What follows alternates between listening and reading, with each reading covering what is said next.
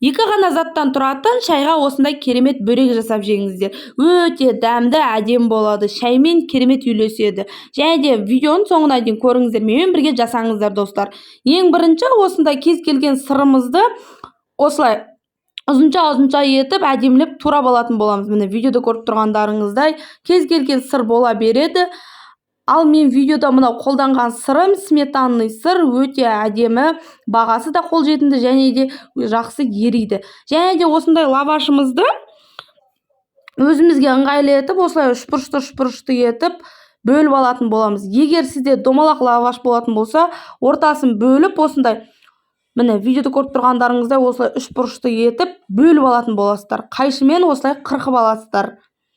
Міне, қайшымен қырыққандарыңыз дұрыс, осылай ас үйдегі қайшымен әдемілеп ұзынша етіп қырқып алыңыздар.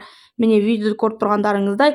Ал енді міне ортасына осылай сырымызды салып, жақсылап әдемілеп орайтын боламыз. Ең оралғандағы соңғы мылай ұшын астына қаратып қоясыздар, және қуырғанда да астына қаратып, солай қуыратын боласыздар, ашылып кетпеу үшін. Және де міне енді осыған бір жұмыртқамызды жарып алып, осылай араластырып аламыз. Ал енді қызып тұрған табамызға осылай жұмыртқаға аунатып, жаңағы оралғандағы ең соңғы ұшын ашылып кетпеу үшін астына қаратып, осылай салып, әдемілеп екі бетін қызартып, қуырып алатын боламыз. Міндетті түрде жасап жеңіздер, өте керемет, дәмді, әдемі болып шығады. Осындай екі ғана заттан осылай әдемі, тез әрі дәмді, ыстықтай тез желініп кететін бөрек дайындауға болады.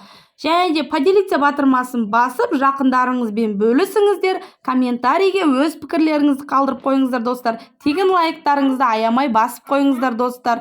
Және де каналыма тіркелмеген болсаңыздар, тіркеліп, қоңыраушаны басып қойыңыздар. Ас болсын!